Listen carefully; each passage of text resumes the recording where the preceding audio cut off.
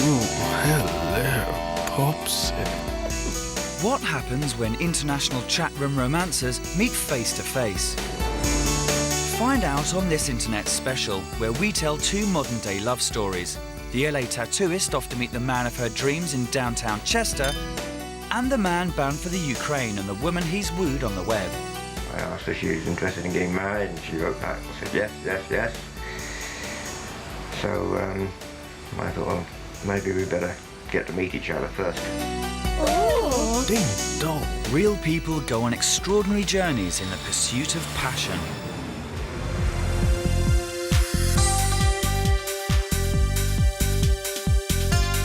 Los Angeles, home of the collagen implant and penis enlargement. Last bastion of fat-free, and stay tuned after these messages from our sponsor. It's also home to 21-year-old tattooist Shanda, who lives here with her parents. But her heart wants to take her from Hollywood to Hollyoaks, 6,000 miles away in Chester.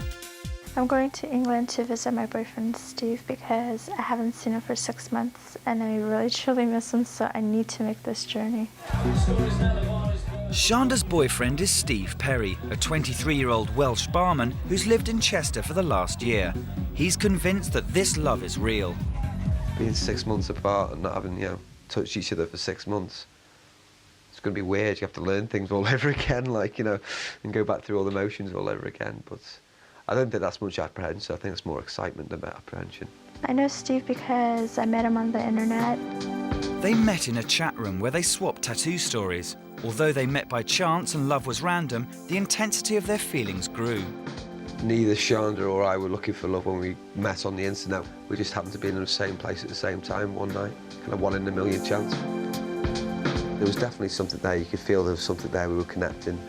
We agreed so much on everything. It was just amazing. When Steve sent me a photograph, I thought, wow, what a hunk, I found the perfect guy.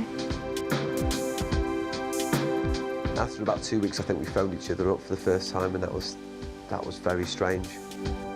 We just got so interested in each other and we wanted to know more and more about each other. And what we heard we liked, so I think that's when it started.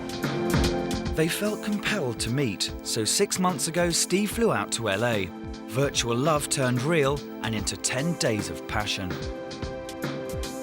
It was like 24/7. We went everywhere with each other. We went to bed together. We woke up together. We showered together in the morning. We didn't stop touching each other. We couldn't we had that week together. We were just draining each little second out together. But as the song says, it was more than physical.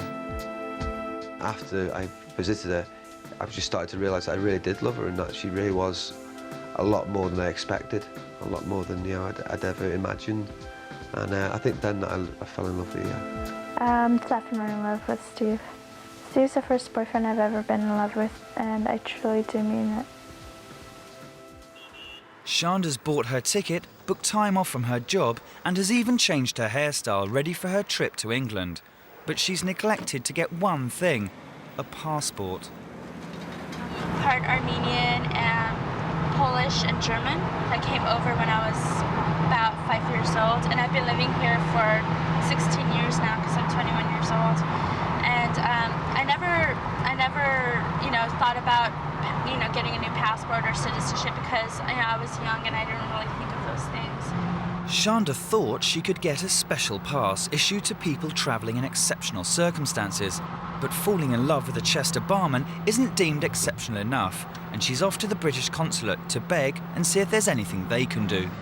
It's really getting to me because, I don't know, I didn't used to be so sensitive about things. I didn't really used to care, but there's something about Steve that makes me want to care.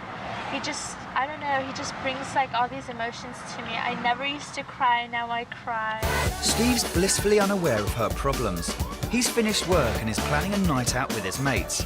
They're looking forward to meeting a tattooed woman from the internet, the email lover Steve's declared undying love for.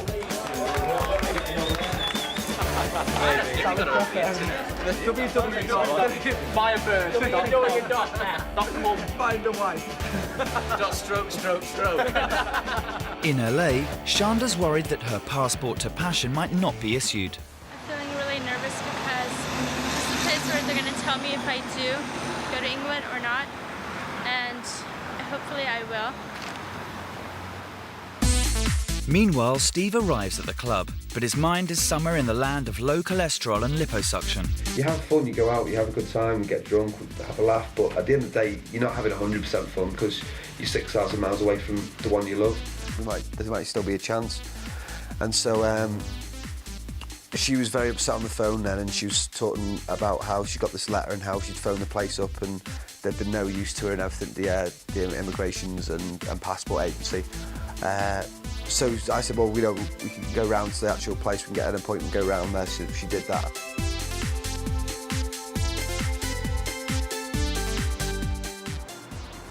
Following her appointment at the British consulate, Shanda is not happy. It's all bullshit, basically. Because I went in there and I explained everything and they gave me stupid papers. They said I need to have a valid passport and I don't, so I can't even travel. So the whole trip here was for nothing, and they could have told me that on the phone, but they didn't. So I'm really angry right now, and later on I'm gonna be really sad.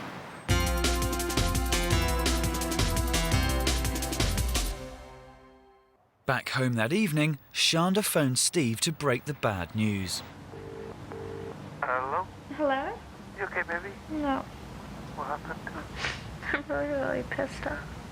I went there, like I said, they didn't do anything, honey. They were like, oh, you're supposed to have a passport and all that. It's really shitty, babe. It was more upsetting for her, with her already packed and looking forward to coming across. From that, maybe one of the reasons just to calm her down was I thought, well, why don't I just push forward coming across to see you? I kind of thought he was joking, and I'm like, are you serious? Are you serious? It's like, yeah, I'm serious. And I'm like, wow, okay. So I'm very happy.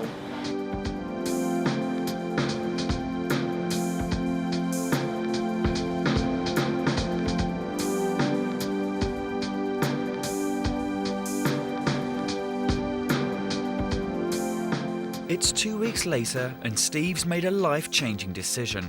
He's not just going to visit Shanda for a holiday, he's going to try and make a life for himself in LA. So he's leaving his home in Chester for the last time to head for the airport. 6,000 miles away, Shanda is dolling herself up for a night out on LA town to celebrate.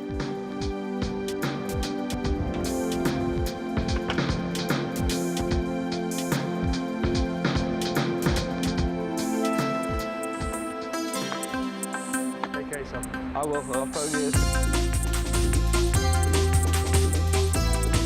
There are a lot of clubs in Los Angeles, about a couple thousand. There's a few that I go to which plays progressive. I like to go to those because they're pretty upbeat, and plus you get to dance like you would at a rave, like with glow sticks and everything. I think that makes it more fun.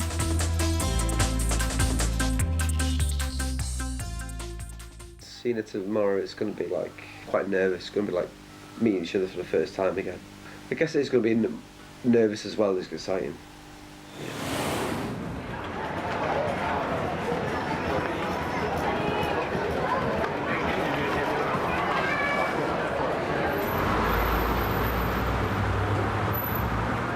I waited 6 months for this.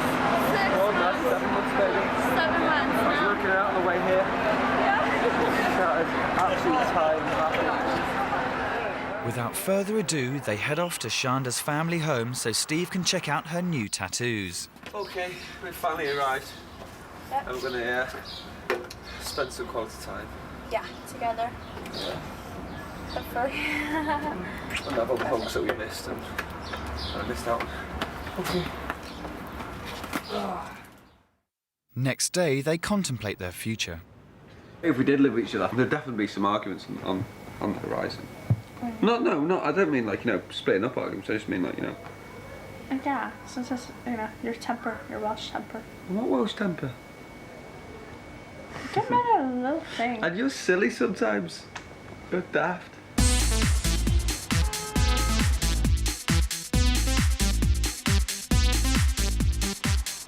As the couple goes shopping, Steve realises that his love life is rich, but the American dream has a price tag. It's difficult when you don't have a passport to work. No green card, no luck. So I'll be looking for more jobs and stuff like that. Working on the docks or something, gutting fish, I don't care, cash in hand. we will work out a way to be with each other.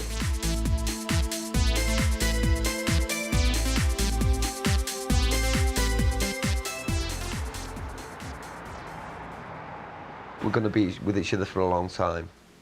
And we know actually it might be easy for us to get married in the sense of, you know, it means I can stay in America and work, but we wouldn't do it that way because it would just take away from the, you know, the romance of it, you know. I mean, we want to get married on our own terms, you know, we'll get married because we love each other. If I had a chance to pick somebody to marry, it would definitely be Steve because I love him and he's very special to me. And since the making of this film, Steve and Shanda got engaged in LA. Coming up after the break, the granddad in a game of Russian roulette as he travels to meet the woman he's wooed on the web.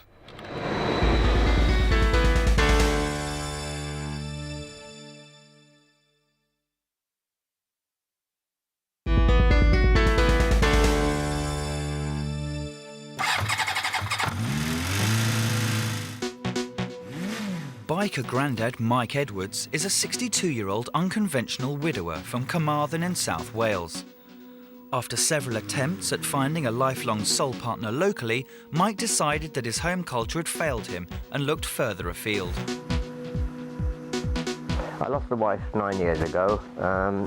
Realised, I think, over a period of time after bereavement that I was a couples person.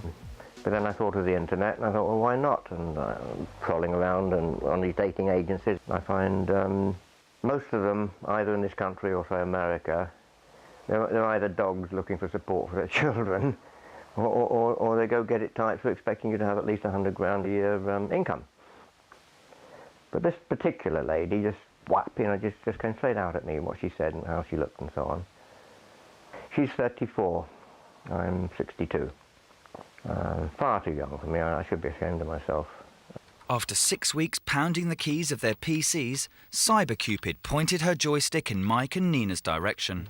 Something sort of magical started happening somehow. Like as if it got out of our control, almost. I asked her if she was interested in getting married, and she wrote back and said, yes, yes, yes. So I thought, well, maybe we better get to meet each other first before we make a final decision on that one. And I'm leaving on my jet plane tomorrow. So after just 6 weeks of tapping, sending and receiving, 2 phone calls and a proposal of marriage, I've never been as nervous in my life before. Mike is ready to fly to the Ukraine to play a game of Russian roulette. With no direct flights, his first stop is Istanbul, where he's scheduled a 2-day stopover, before flying on to the Ukraine to meet Nina, the woman he's never met, yet hopes to marry. I'll have to get my friends to come out here if Nina and I ever get married, and they can buy us wedding presents from here. You imagine having an exotic Eastern woman doing a belly dance for you in the bedroom, privately for you. We live on dreams. We live on dreams. Mike goes to sort his airline tickets for tomorrow's flight. When do you want to go? Tomorrow? Tomorrow, yeah. After the 1st of April, they changed their schedule. And they are flying now every Tuesday and Friday. So I can't go till Friday? You can go, but you cannot go till Friday. Till Friday? Wow, that's a change of plans. Friday, Friday. 2:30 p.m. I have to wait here till Friday. I just hope the money doesn't run out. I just hope I can let Nina know. Because I just have to find somewhere that's got the internet and email her, I guess.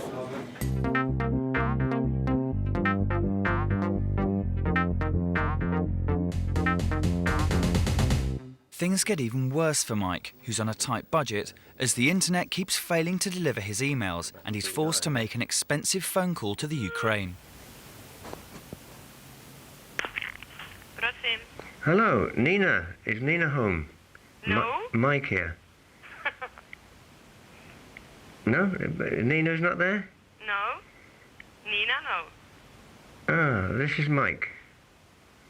I'm sorry. This is Mike. I don't know who you are. You don't know who I am? No. You are Nina's mother?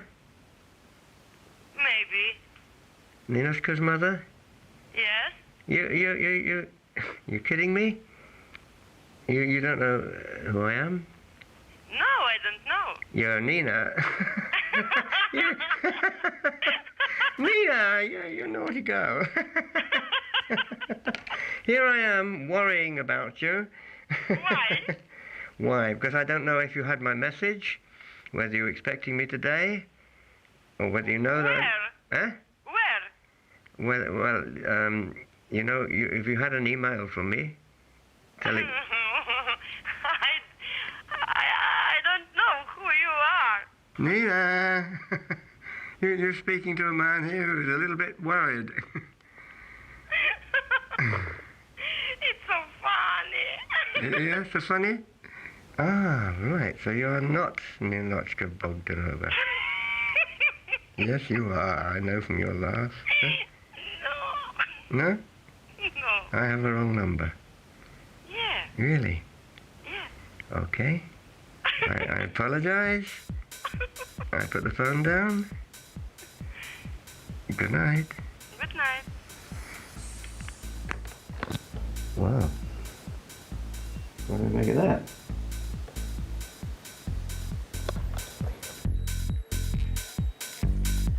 So not knowing whether he's simply got the wrong number for Nina or if she's trying to give him the Ukrainian heave-ho, Mike's forced to continue the journey a worried man.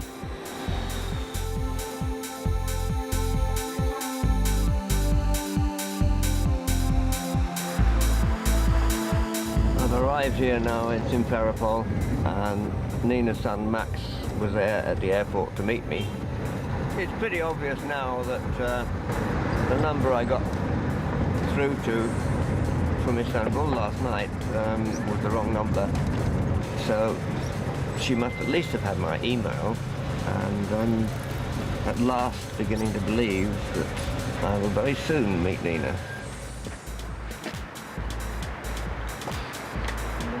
Execution block or gateway to heaven?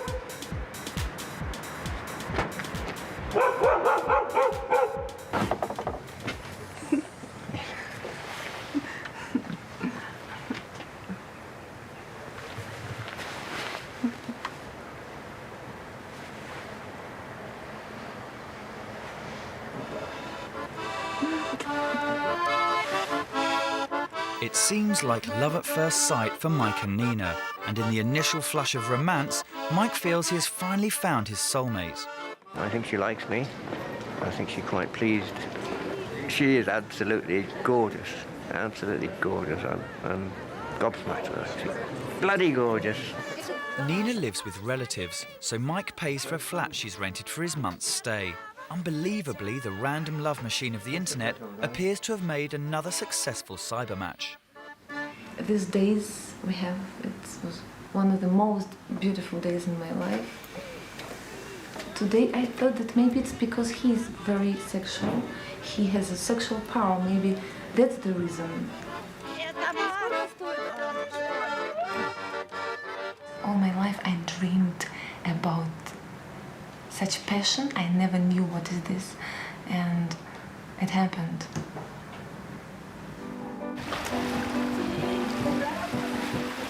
You're fucking crazy.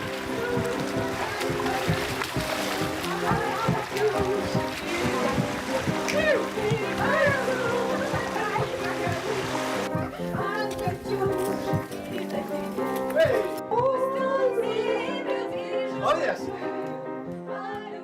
After almost a week of intense passion and laughter, reality suddenly and unexpectedly brings the couple back down to earth. We've been here 6 days now, and there's some things that I've seen now that makes me think that Nina and I must spend more time together talking about serious things. Clothes are dropped where they're taken off, all over the house. Nothing is put away, nothing can be found. There is no order. The floors are sticky with dirt, and Nina doesn't even notice this. And today I realized why I have different feelings to Mike when we're at home, when I see only his face, and when I feel him, and I have different feelings to him when I see him. When I see him outside, when we go out, I don't feel his spirit much, I don't see his eyes, his face, I don't feel his hands, and I see him how he looked. Yeah, why? And Is that not good? I don't like it. I think if you want breakfast, you must be here when I do breakfast, not me do breakfast for myself. Now, you come later, I do breakfast for you again. If you would make breakfast for you and yourself, and you just can leave for me my breakfast. She's totally impractical, totally without common sense, and totally irresponsible. We told you that we want to sleep until 9. We asked you to wake us up. You're so, so idiot that don't understand anything. Just this and that. What are you talking about? You understand very, very well everything, but you just don't. You don't want to be honest with yourself. You don't want to say yes. I acted like a piece of shit. We have to sort these things out. That's about the size of things here. I yet don't know the outcome of what this might be. After an emotional heart-to-heart, they decide it would be best for Mike to fly back to Wales the very next day. We sat in the forest and we talked, and we both of us, I think, knew that we could only bring each other unhappiness. And this is not what either of us wanted for each other or for ourselves. And it's a sadness to us both that this may take us apart.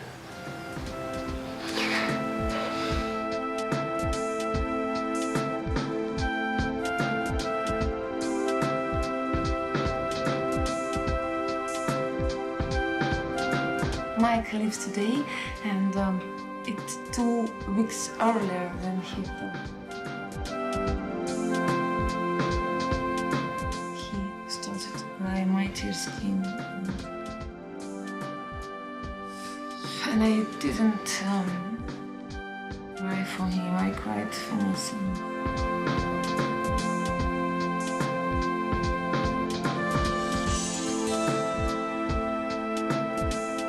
I've known for quite some time now just how much I love Nina. But this is one of the situations where love isn't enough. There has to be other things. Mike is a very big part of my life and very important. And it never happened to me before what happened with us. It was not because he's a bad guy, it was other reason. And I know now this reason. I know that because he felt that I didn't love him. Now back home in Carmarthen, Mike feels that his love affair is not completely over. Yeah, I sent Nina 3 letters, and I've had 3 back off her. It's still very warm, very loving. Maybe this isn't the end of the story. I'm happy to be here right now, on my own, just for now.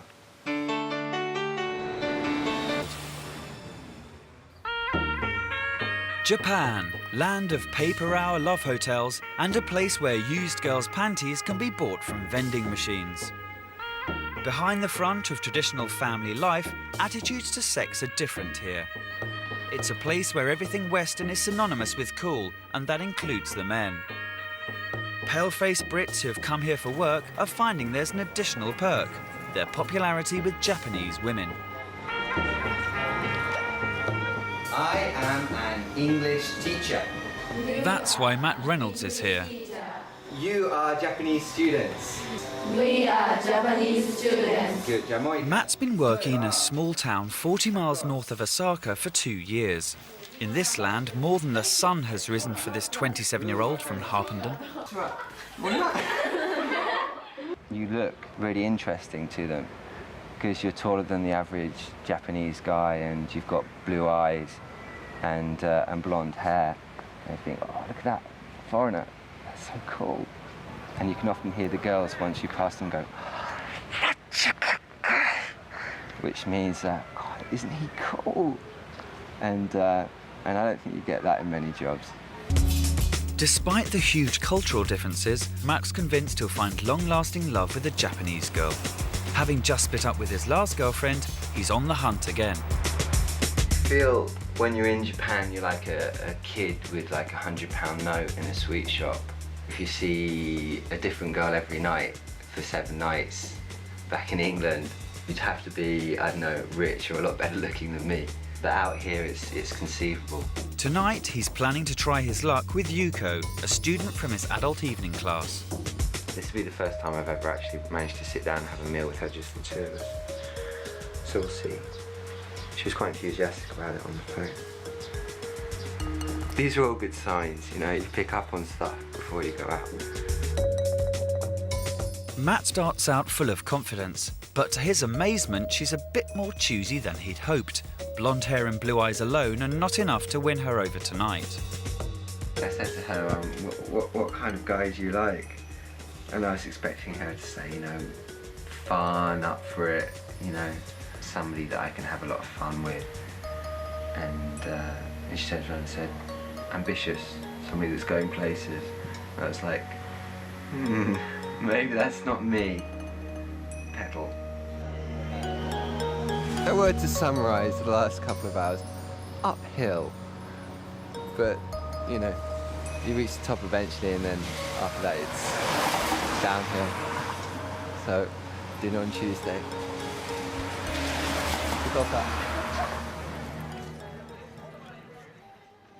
The next morning, as he takes in the sights of Osaka, Matt's philosophical about his lack of instant success with Yuko. The international reputation of the Japanese girl is first date, you'll get absolutely nowhere. You'll struggle for a kiss, and second date, you can basically do what the hell you want. Though this is perhaps unfair, I have experiences which are pretty much true to that form. What do I think of Englishmen? Oh, Englishmen, they're gentlemen when they're with you. They always open the door for ladies. If a Japanese boy did that for you, you'd think, what's your game, matey? I'm going out with English girls for 10 years in England. I can't remember a single time at which they get up after having sex and start doing the washing. When I get married, I want it to be an Englishman. I know they'll protect me. Matt retires to the local Irish bar. Western men swap stories of the local girls, but expat women like Suzanne Crowley have a different story to tell about the local men. The guys are just scared of foreign girls. It's like we're too exciting or dramatic or crazy. English women are very pretty, but to be honest, they all look the same to me. I would say it is, a guy's dream come true. I mean, it doesn't matter if you're skinny, ugly, or whatever. I mean, if you're not having a high success rate at home, come to Japan. You will be a god. Girls, go to Greece, go to Spain, go to Italy. Just don't come here. Tonight, Matt's going on the hunt for a Japanese girl with 2 American friends. He claims to be looking for more than a one-night stand. But then what? I'd like to get married here, I'd like to stay here. But it's very difficult to make it in Japan as a Westerner, because even if you do join the corporations and speak perfect Japanese, there is a glass ceiling and you're not going to make it to senior management. And the alternative is being a cheesy English teacher, and I'm not going to stand in front of a blackboard for the rest of my life. I couldn't stand it. Saturday night is party night in Osaka. More than 1 million people pour into the city to pose and pout, to see and to be seen. And tonight, Matt's keen to make the most of his rarity value as a Westerner. And action! We're just outside Origin Bar in Namba, Osaka, and this is a place where white people go to pull some fine Japanese ladies, and we quite fancy our chances right now, because we're 3 of the most handsome white men in Osaka. So we're going to go in there, and within minutes we'll be out with 3 fine Japanese ladies. Watch and learn.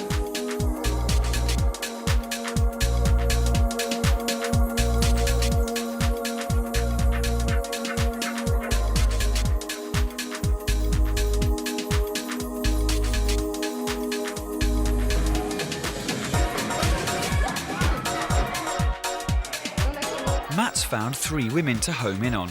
His theory on Japanese girls is looking shaky, and these 3 seem to have rumbled him. Foreigners think Japanese girls are easy. So you hate them? Yeah. I can understand that. That's terrible. Let's try and be friends. Friendship wasn't quite what they had in mind, so the boys hit the streets hoping for better luck elsewhere. You definitely want to rotate your routine. I mean, you find yourself in the same place all the time, you're not going to pull any chicks. I mean, they're like, yeah, that dude was here last week and I saw him slime bagging, you know, so-and-so and so-and-so. This is one of my former students. These guys get commission for bringing girls into bars around here. The boys like to think they're doing their bit for East-West relations. That one on the end. The one with the short skirt. They love it. It's a good time, you know? I mean, they're having fun, we're having fun. There's never any worries. There's never any worries.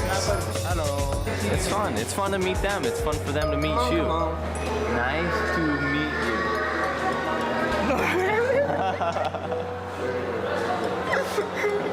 Very good. Arigatou gozaimashita.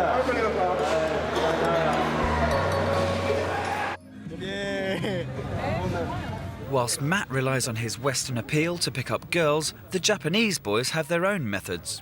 These guys pay a fortune to customize their cars to make it look really fucking cool. And cool in terms of what 18-year-old and 19-year-old girls find cool. And they'll rig it up so it either jumps up or it's got ridiculous fins on the back of the damn thing. Or they'll stick some real whopping 200-watt amps in the back of the car, and they'll cruise around these streets for fucking hours on end, waiting for some girls to look and say, oh my god, that's so cool, and get in the car. And that's it. The guys have invested the right money in the right place, and good luck to them. It's 4 a.m, and despite all the talk, the three friends are still single, so they decide to go to the less than oriental club, Sam and Dave's. It's full of university students, Daigakusei, and they often hang out there to meet Western guys. And I've got to say, in realistic terms, it's hopeful. In spite of Matt's optimism, love evades all of the three friends. Perhaps there are more cultural differences to overcome than they think.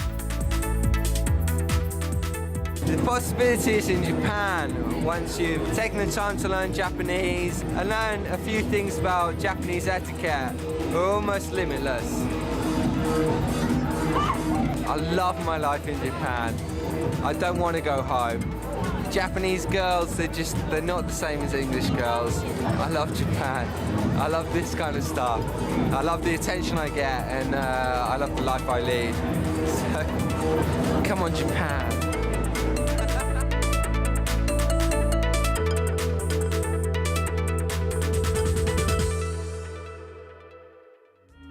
One way a British man can ensure he'll be a huge hit with Japanese girls is to join a rock band.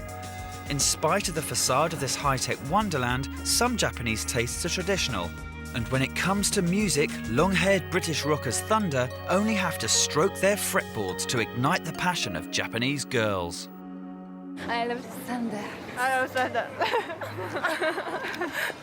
After playing regularly in Japan for the last 10 years, this is the band's last ever gig here.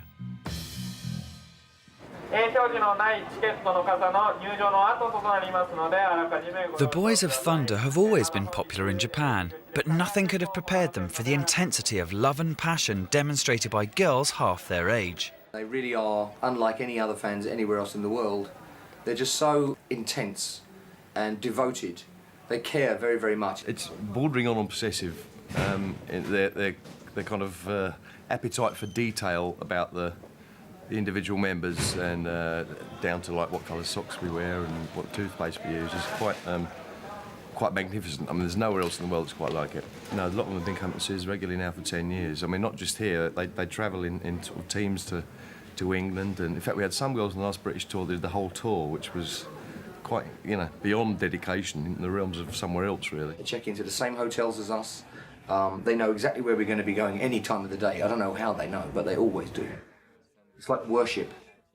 I don't think our audience is particularly sexually orientated, let's put it that way. It's devotion, as opposed to, yeah, I think you're a great band and I quite fancy getting in your pants, which is what you get in some places, you know, or in most places, hopefully, if you're lucky. Pilot of My Dreams. On the intro, we recorded it once and released it, a live version.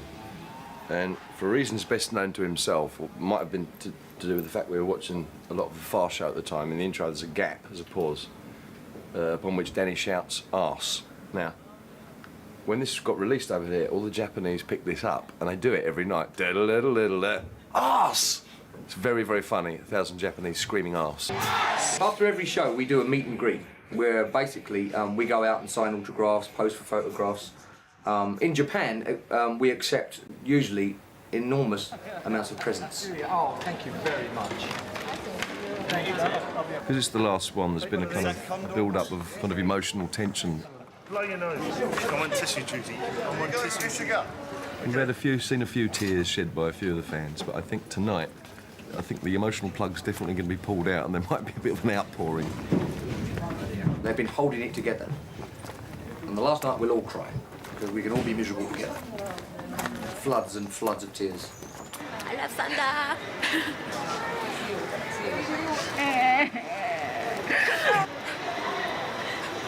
They are wonderful, wonderful, wonderful fans, and we're going to be sad to see them go.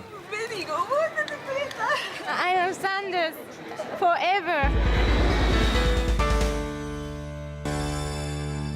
Pip Bratby lives alone near Hastings. At home, there's more pressure to behave, so she's off to Lanzarote in search of young love. I would like to meet a younger man, say up to the age of 40. I do like flat tum, small bum, and nice legs.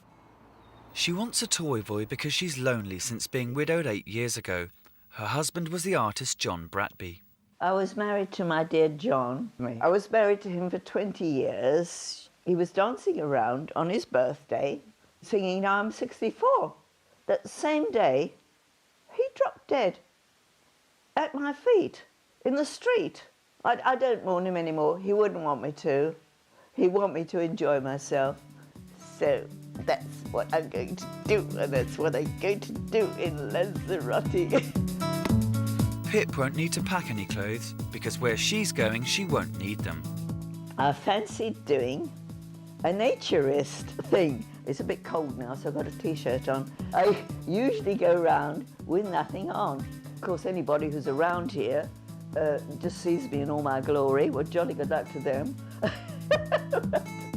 This isn't her first brush with nudity. During her marriage, she posed for John, and she recently took up posing for pornographic photos for local photographers. I put ads in the papers for modelling, and I did do quite well off that, because there aren't any older ladies who will pose. They want you with a cucumber up your front or a carrot up your back. I'm a bit of a naughty girl, that's it. Yeah. Well, I'm jolly lucky to be naughty at 70, aren't I?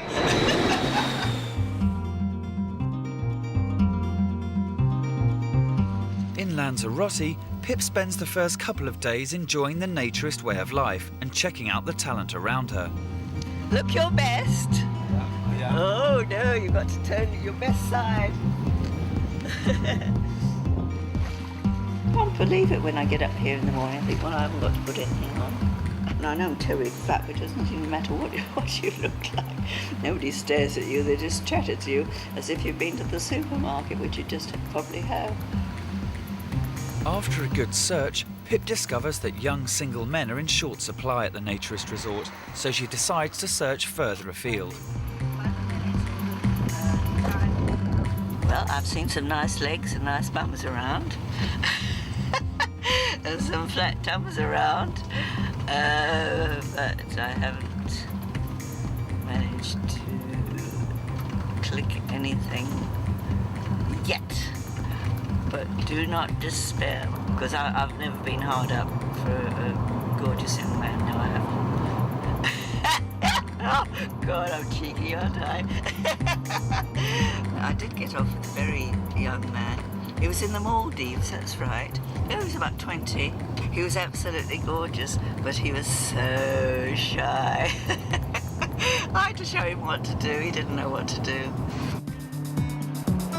Over the past couple of years, Pip has had a lot of success in finding younger men by advertising in the personal columns, and she's found that age is no barrier.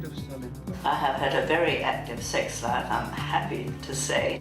From a young man who was 17, ooh, he did more than cuddle up in my bed, I'll tell you that. I'm a very erotic lady. I'm far more erotic now than I was when I was young. Pip finds it an uphill struggle trying to find an eligible man at the top of this mountain, but still feels that love can't be far away. Look, my great big bed is huge. I haven't found anybody to share it with yet. But I will. Next morning, Pip heads south to the capital, Arrecife. Yesterday was disappointing, but Pip's ever the optimist. I'll follow that one.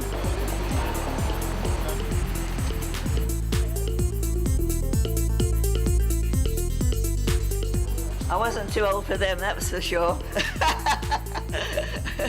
They might have been too old for me.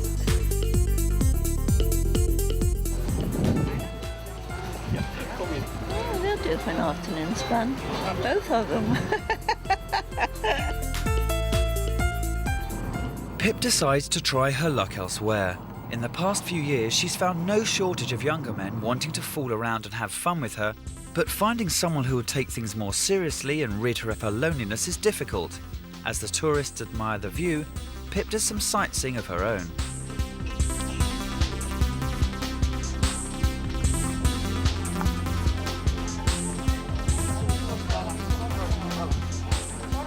No fancy aboard, chaps. I know I'm going to find him. I know I am. Slender, slim, athletic. I know I am.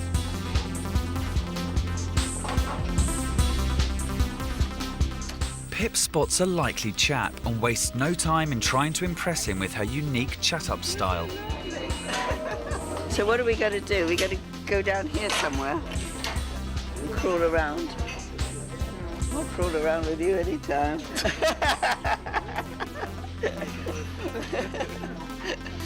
I better clear off before his girlfriend comes. Or she give me a slap around the shops. Once again, Pip's heading home alone.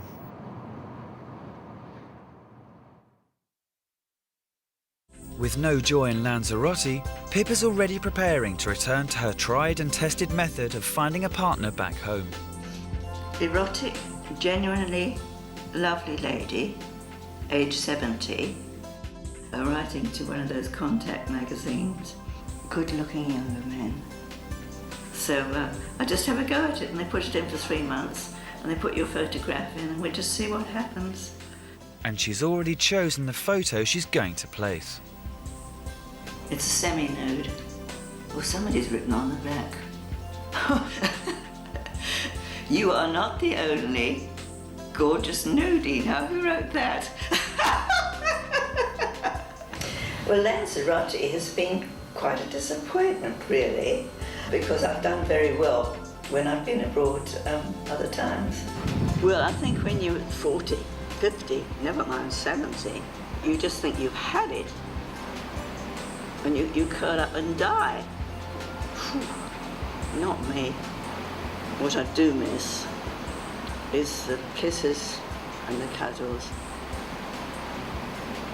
I don't see why I should have to do without it, so I'm not going to. I'm going to keep on looking until I found it.